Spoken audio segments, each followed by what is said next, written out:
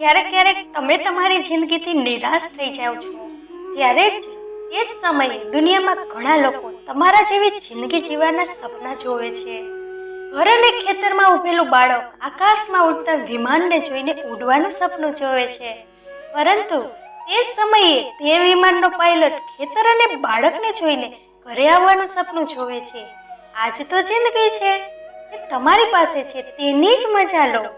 જો ધન સંપત્તિ, રૂપિયા, પૈસા જ ખુશ થવા માટે જરૂરી હોત તો ધનવાન લોકો નાચતા દેખાતા, પરંતુ ફક્ત ગરીબ બાળકો જ નાચતા જોયા છે મેં. જો પાવર મળવાથી સુરક્ષા આવી જાત તો નેતા, અધિકારી, રાજકારણી સિક્યોરિટી વિના નજરમાં આવતા હોત, પરંતુ જે સામાન્ય જીવન જીવે છે તેને આરામથી સૂતા જોયા છે મેં. જો ખૂબ સુંદરતા અને પ્રસિદ્ધિ મજબૂત સંબંધને કાયમ કરી શકતી હોત તો તે સેલિબ્રિટીને લગ્ન સફળ થયા હોત, પરંતુ તેના છૂટાછેડા સફળ થયેલા જોયા છે મેં. એટલા માટે કહું છું, ખૂબ જ સુંદર છે આ જિંદગી, તેને મનથી ભરીને જીવો, તેનો ભરપૂર આનંદ ઉઠાવો, કારણ કે જિંદગી બીજી વાર નહીં મળે.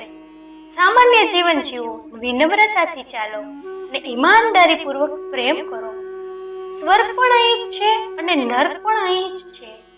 એક ટ્રકની પાછળ સરસ વાક્ય લખ્યું હતું કે જિંદગી એક સફર છે, આરામથી ચાલતા રહો, ઉતાર ચઢાવ તો આવતા રહેશે, બસ ગિયર બદલતા રહો. ફરવાનો આનંદ લેવો હોય તો સાથે સામાન ઓછો રાખવો, અને જિંદગીનો આનંદ લેવો હોય તો દિલમાં ઈચ્છા ઓછી રાખવી. અનુભવ છે આપણો કે માટીની પકડ મજબૂત હોય છે, આરસ પથ્થર ઉપર તો પગ લપસી જાય છે.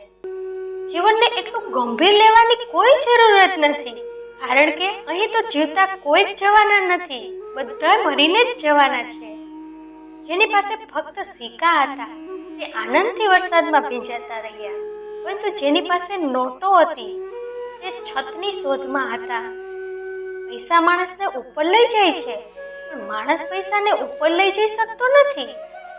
આવક નાની મોટી હોઈ શકે છે, પણ બધાના ઘરમાં રોટલીની સાઈઝ જ લગભગ સરખી હોય છે. તો એ સાચું જ કહ્યું છે કે ઉડવા માટે પાંખ મળી જાય, પણ પક્ષી વિચારે છે કે રહેવા માટે એક ઘર મળી જાય. કર્મોથી માણસની ઓળખાણ થાય છે, નહીતર મોંઘા કપડાં તો પૂતળાએ પણ પહેર્યા હોય છે. મને નથી ખબર કે ઉત્તમ માણસ છું કે નહીં, પરંતુ લખવાવાળા અને તેને સાંભળવાવાળા જરૂર ઉત્તમ માણસ હશે. જો તમને મારો આ વિડીયો ગમ્યો હોય તો લાઈક, શેર અને સબસ્ક્રાઇબ જરૂર કરજો, અને તમારા કિંમતી મંતવ્યો નીચે કોમેન્ટ બોક્સમાં જરૂર લખજો. ફરીથી મળીશું મિત્રો આવતા વિડીયોમાં. ત્યાં સુધી તમારું ધ્યાન રાખજો, હસતા રહેજો અને હંમેશા ખુશ રહેજો.